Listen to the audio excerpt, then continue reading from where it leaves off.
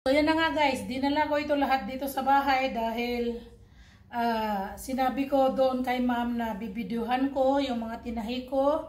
So 18 kapiraso itong mga tinahi. So dinala ko ito today guys, tapos bukas ibabalik ko itong mga tinahi ko. So ibabalik ko, tsaka nakapangalan nga ito, yan. Nilagyan ko ng pangalan ko, ayan, Marie.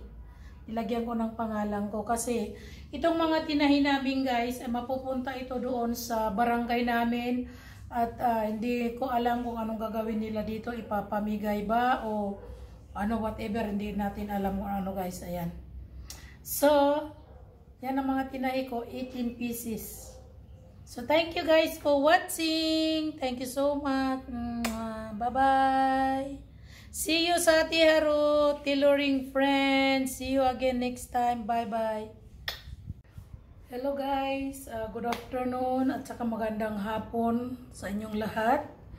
So, today guys, today's video ay ipapakita ko sa inyo guys kung ano ang mga natutunan ko panahi doon sa aming training kasi today is last day ng aming training. Ano ngayon? June 6, 2024. Ito yung last day ng aming training sa pananahi. So, bukas, June 7, ay magbibigay sila ng certificate sa amin. So, itong training namin guys ay almost 2 months, mahigit 2 months ito. So, ngayon guys, ipapakita ko sa inyo kung ano ang mga natutunan ko doon sa training namin sa pananahi. So, yung unang ano namin guys ay piti boto. Piti boto, ganun guys. Yung una naming tinahi. So, nilagyan ko muna ng mga pangalan bago ako mag-video. So, masaya ako at very proud ako sa aking sarili guys dahil sa 2 buwan na pag-training namin na mahigit 2 buwan ay natuto akong manahi at gumamit ng machine. Tsaka nagkaroon ako ng knowledge paano manahi. So, ito guys yung piti buto. Ayan. Ito yung number 1 naming tinahi. Ayan. Ito ay 1/4 skills. Ang ginagamit muna namin guys sa pag-training ay 1/4 skills. Hindi muna kami gumagamit ng measurement. Pag natuto na kami sa 1/4 skill, nagagawa kami ng drop ng 1/4 skills. Pagkatapos ay gumagamit na kami ng measurement. So ito guys, yung natutunan ko gumawa nito. Ayan, piti boto. Diba ang ganda niya? Ayan. Pambata ito guys. Pag sinabing 1/4 skills ay pambata. So ayan guys. Diba? So ito yung number 1. Pambata. Pang winter ito guys. So mayroon siyang ano sa loob. Pang winter ito na damit ng bata. Ayan. So ito yung number 1 naming tinahi. So yung number 2 naman, pakita ko sa inyo ay 4 side petticoat. 4 side petticoat siya guys. Ayan. 4 side petticoat. So ito yung petticoat namin guys. 4 side, parang 2 dito sa harapan, 2 sa harapan, at saka 2 sa likod yung tahi. So parang divide dito siya guys. Ayan. Ito yung tinahi naming petticoat.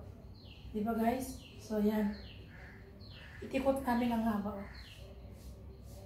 So ito yung tinahi namin na petticoat. Pag sinabing charpati petticoat, parang 4 na tahi. Ganon guys. 4 na parang side ng tela. Ito yung pangalawa naming tinahi. Petticoat. Ang ganda ng kulay niya. Sana ibigay sa akin. Ang ganda ng kulay niya guys. So ito yung tinatawag na petticoat. Charpati petticoat guys. Yan. Yun yan ang pangalawa. Yung pangatlo naman guys ay chapati petticoat. Chapati petticoat. 6 side naman nito. Bali 3 side guys. So ito yan ang petticoat nila. Para sa atin yung pangpalda ba sa, sa loob ng skirt. pag maano yung hair skirt mo yan. Ayan. 3 ito guys. Ito, isang tahi, pangalawang tahi, pangatlong tahi. Tapos dito naman sa likod, pang-4, pang-6, pang-5, pang-6 na tahi. Yan guys ang tinahi namin. Ayan. Kita nyo? Tinahi namin to. So ito yung pangatlong tahi. So ang pang-4 naman ay mahaba ito guys yung video natin, no? Pasensya na kayo. So yung pang-4 naman natin ay Sada top.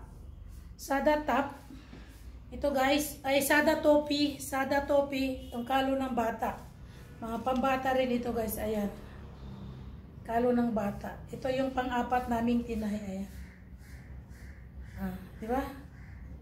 Pang winter ito guys, pang baby. So ito yung pang-4 naming tinahi, yung topi ng bata. So yung pang-5 naman ay baba sarwal, baby sarwal. Ito guys yung pang-5, baby sarwal. Ayan. Ito rin guys ay pang winter. Mas maano dito, pang pampers. Malaki yung dito guys, maluwag yung ganyan niya guys. Ayan. So, lahat ito pambata, yan di garter. So, ito yung pang-5 kong tinahi. So, yung pang-6 na tinahi ko guys ay Baula Boto. So, ito guys yung Baula Boto. Ayan. Nilagyan ko nga ng pangalan, oh. Ang Baula Boto guys, ito rin ay pang-bata, pang-winter din ito. Ayan. Ikita ninyo. Malinis yung pagkatahi ko guys. Malinis yung katahi ko guys. Ayan. So ito yung pang-5 naming tinahi. Baula Boto. Ayan. Pang winter din ito. Ito pang baby ito. Pang 3 to 4 months. 5 months, 6 months. Ayan guys. Oh, diba? Natuto na rin ako manahi.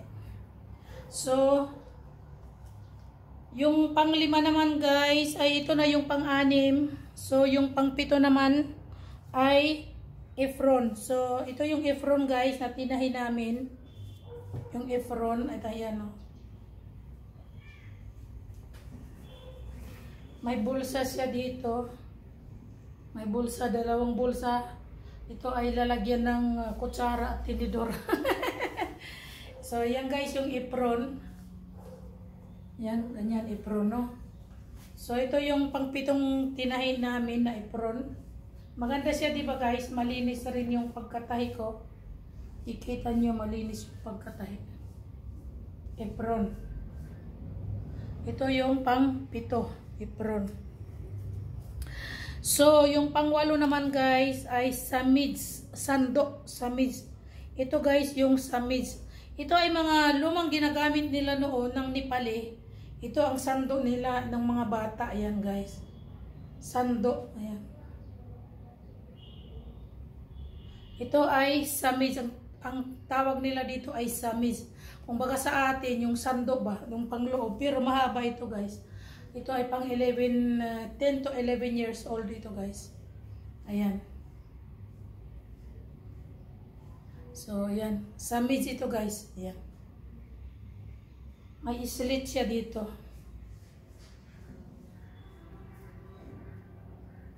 So, ito yung mga tinahi ko sa sarili ko.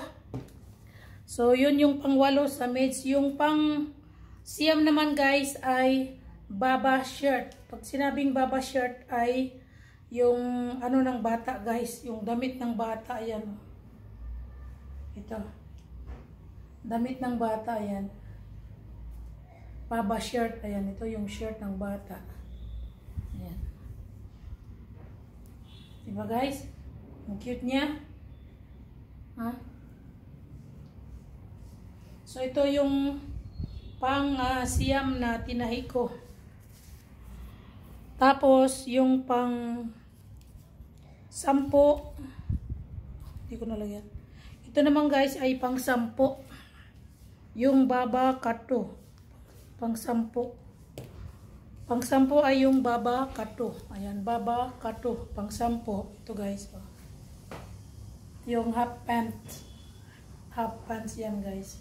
So, ito dito yung front. Dito naman ay naka-elastic. Naka-elastic siya. Ayan. So, ito yung mga tinahi namin. Tinahi ko guys. So, ayan, di ba? Pang-sampo ito. So, yung pang 11 ay pajama. Ito guys, nagawa ako na pajama. Ito yung pang 11 guys, pajama. Ayan, ito ay pang 8 to 10 years old. 8, 9, 10. Pwede siya. Nilagyan namin ng pocket. May pocket siya dito guys.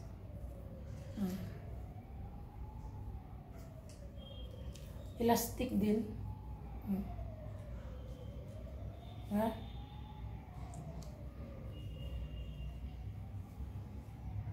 Ito yung pang 11.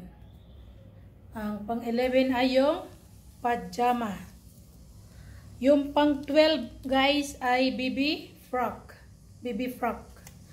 Baby frock ay yung damit ng bata na maliit. Siguro mga 6 to 7 years old. Ito guys yung baby frock. Ayan. Ito siya. Diba? At saka dito, may ano siya dito sa ano. Ito yung color niya. Ayan.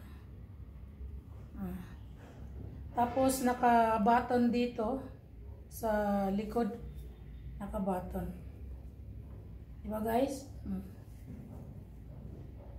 Baby frock. Ito ang number 11 kong tinahi.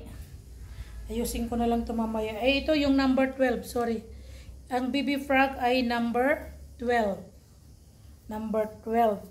So, yung atin naman number 13 ay yung maxi. Tawag nila dito ay maxi. Ito ay night dress. So, ito yung tinahi ko guys na night dress. Ayan guys, ayan. Night dress ito.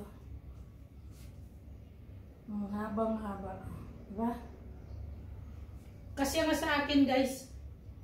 Ang night dress na to ay kasi sa akin. Ayan. Kung nakikita nyo, kasi ito sa akin. Night dress ito guys. Kasyang kasya sa akin. Sukat ko rin ito eh. So next time, pag gusto ko maggupit ng mga pang half o full, mayroon ako dito mga draft measurement. So, kaya ko nang gumawa guys. Ayan. Ito. Diba? Ang ganda pag may natututunan ka rin. So, ito yung ating pang 13 na maxi night dress. So, ang pang 14 natin ay jumper. Jumper ito ng bata, jumper. Mga sinulat ko lang yan. So, ito rin yung jumper. Ito yung hoodie with hoodie, guys. Ito yung jumper ng bata with hoodie. Yan, guys. Ito yung hoodie. Tapos, dito sa side ay elastic. Yan. Elastic dito. Tapos, dito naman ay zipper. Tapos, dito sa side naman ay elastic. Ayan. Dito, elastic. Dito elastic. So ito yung mga pang baby. Pang 1 year old. Yan guys. Yan. Strawberry. Yan. Ito yung pang number 14. Tapos may hoodie pa siya. Ang ganda guys ng mga damit na to. Ito yung ating pang number 14. Ang ating pang number 15 guys ay kurta. So nagtahi rin ako ng kurta guys. Nagtahi ako ng kurta. Ayan, ito yung kurta kong tinahi guys. Ayan, ito yung kurta. Square siya. Kasi, ayan guys. Ito yung kurta na tinahi namin. Tinahi ko guys. Ayan, tapos may islit siya dito. Ayan. Kurta. Kasya rin ito sa akin guys. Kaunting ano lang tumaluwang. Naanuhan ko na nga ito ng ano eh. Na-videohan ko to. picture kaming magkakasama na magkapare-pareho yung aming tinahi na kurta. Ito guys, kurta. So, ito yung number 15, no? So, ang ating number 16 ay kurta sarwal. Ang ating number 16. So, ito yung tinahi ko rin guys na kurta sarwal. Ayan. Ito ay lumang design niya guys. Ayan. Lumang design ito. Ay. Pasensya. Tapos, nilagyan din namin ng pocket. Ayan guys. Kurta sarwal. Diba? Tapos yung taas niya ay ganito. Ayan. Maluwang dito guys. Tinahitahi namin dito. Nilagyan namin ng design. Ayan. Kurta sarwal. So ito yung tinahi ko na kurta sarwal.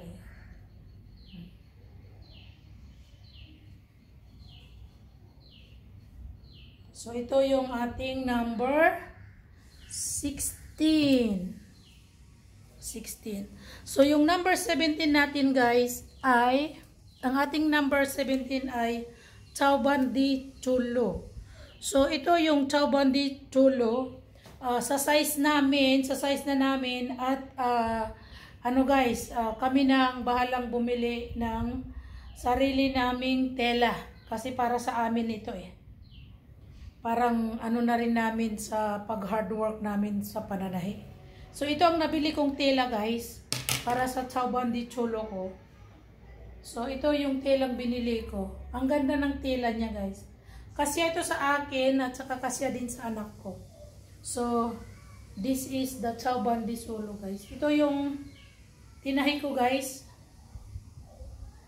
So next time hindi na ako bibili ng Chowbandi Chulo, kundi bibili na lang ako ng tela at ako na ang magtatahi dahil alam ko na ang aking measurement. So ayan guys, di ba ang ganda niya? Mayroon din ito doon sa loob na pula kasi itong damit na to ay pang winter. Ginagamit din ito namin pag lusar, ano kami ng damit, nagsusuot ng ganito sa lusar at saka may palda kami ginagamit. So may Chowbandi Chulo. Ayan guys. Ganda niya, di ba? Perfect yung pagkagawa niya guys. Perfect. Perfect na perfect. So ito yung Chowbandi Chulo. Ito guys ay hindi ko ibibigay doon sa ano namin dahil sa akin ito. At saka yung pang 18 namin tinahi guys ay yung sari blouse. Sari blouse. Ito guys yung tinahi ko na sari blouse. Fit na fit sa akin. Tama lang siya.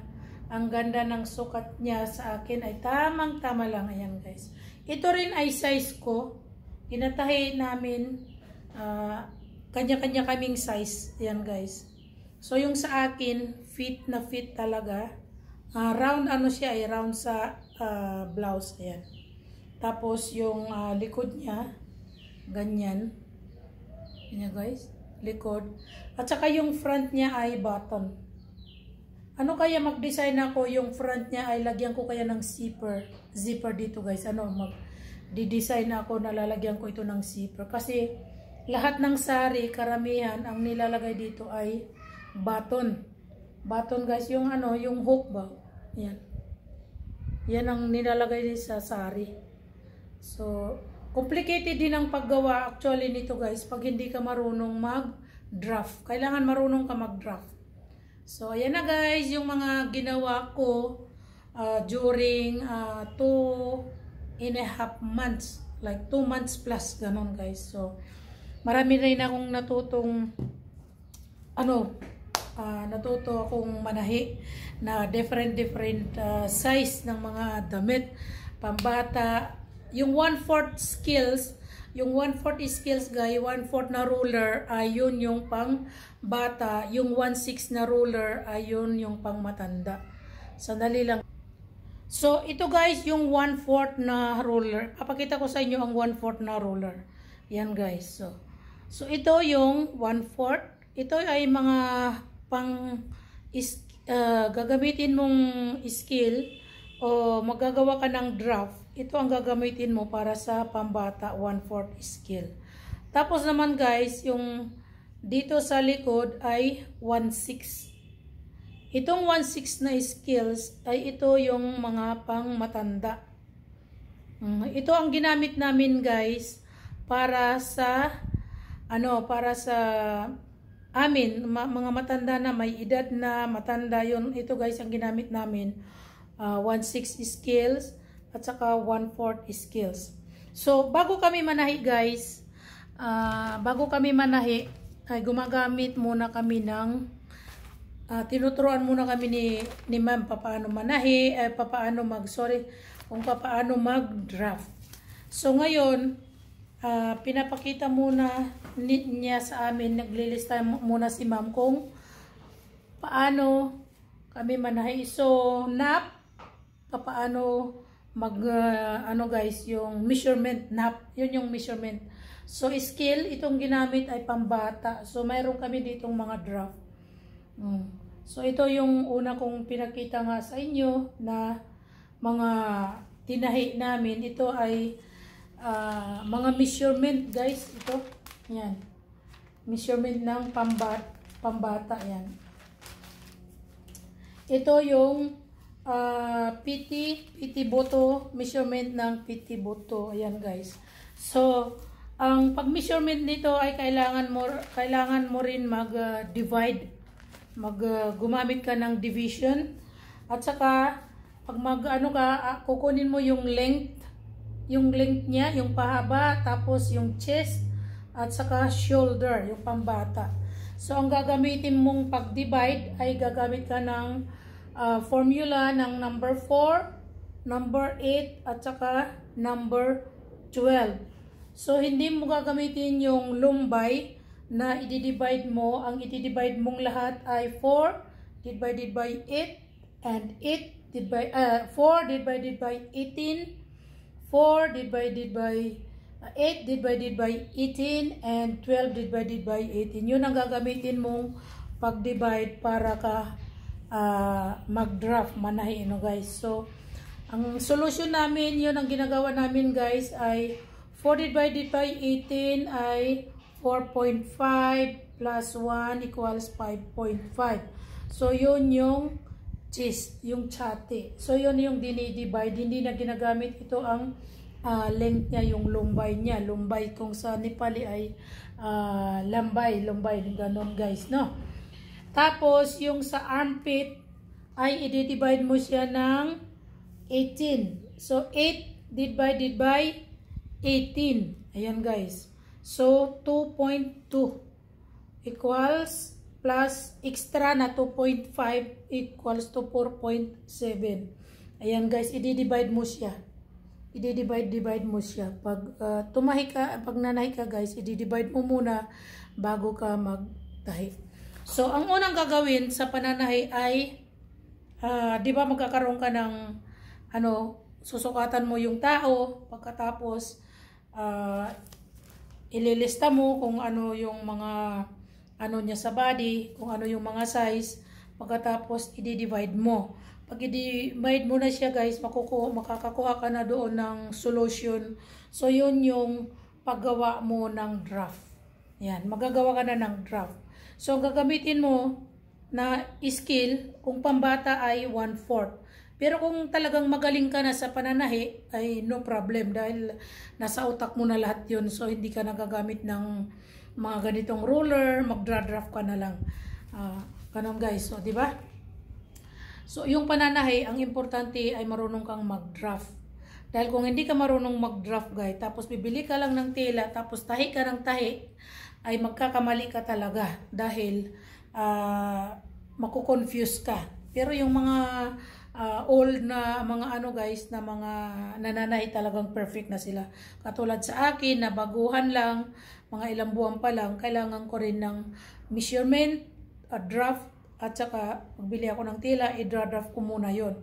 Kasi kung hindi ko yun i-draft, magkakamali-mali pa rin ako guys. So, yun guys ang ating vlog for today. Sana may natutunan din kayo sa akin at sana ay may nagustuhan din kayo sa aking vlog at saka sa panonood nyo dito sa aking pinakita ng mga damit. Sabihin nyo na lang guys kung ano ang nagustuhan nyo doon. Ako marami akong nagustuhan. Lahat ng tinahi ko ay gusto ko. Yun guys. So, sinabi na naman ni ma'am today na mayroon kaming advanced training. So, papasok din ako sa advanced training. Kasi ang gusto nila yung tao na ano ka ba, agresibo, madali kang matuto manahi, yung ganun nung hindi ka tamad pumasok. So yun ang kailangan nilang mga tao na ganun na masipag. So yun na nga guys, today nga ay last day namin. So last day namin, nakala ko pa guys, mananahi pa kasi nagdala nga ako ng aking blouse, natatahiin ko ulit, pero nagklase kami ng about sa business. So, hindi na kami nagnanahi today. Naglaro kami ng game. So, nakakatuwa naman. So, bukas ang pamigay ng mga certificate para sa amin na successful na kami sa basic na pananahi namin. So, ayan, nagpapasalamat ako kay Dharma Ma'am Magar. Maraming salamat, ma'am, sa pagturo mo sa amin. Diri-diri tanibat, Ma'am Dharma, and to all my friends, thank you so much. The sewing, tailoring friends, thank you everyone. I will miss you guys. And then thank you also to our ward number 7, including me in this tailoring training. Thank you so much guys for your kind, and you are all our lovely person. Thank you so much, Barangay Captain. That's it for today guys, our video for today. Yan lang ang ipakita ko sa inyo. So I would like to thanks to my teacher, Ma'am Dharma Magar, dere tanibat, tapailay ikdam ramro teacher ho. And then namlay si kaunobo ramro boyo, dere tanibat. And then Sayara ma'am, diri tanibat, Narutam sir. Bye bye and see you for the next vlog and the next training, for the advanced training. I hope you will guide us again. And to all my friends in the tailoring, thank you so much guys. I hope we have a great day, and we are going to have a picnic after our certificate distribution. I will miss you guys so much.